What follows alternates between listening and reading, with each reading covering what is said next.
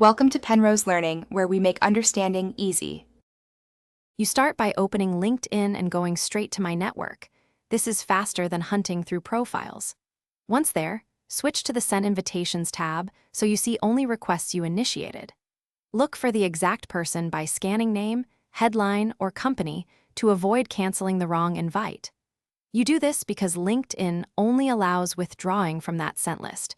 Locating the correct entry lets you act immediately without accidental removals or confusion. Now withdraw the request. Click the three-dot menu or the withdraw button next to that send invitation and confirm when LinkedIn asks.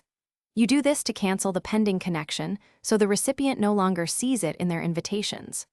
Once done, refresh the send invitations list to verify disappearance. Mobile sometimes lags and desktop may cache results. Make sure to pause before confirming so you can reconsider messaging instead of withdrawing if you still want contact. After you withdraw, decide whether to follow up. You can send a polite direct message explaining why you canceled, which prevents confusion and preserves rapport.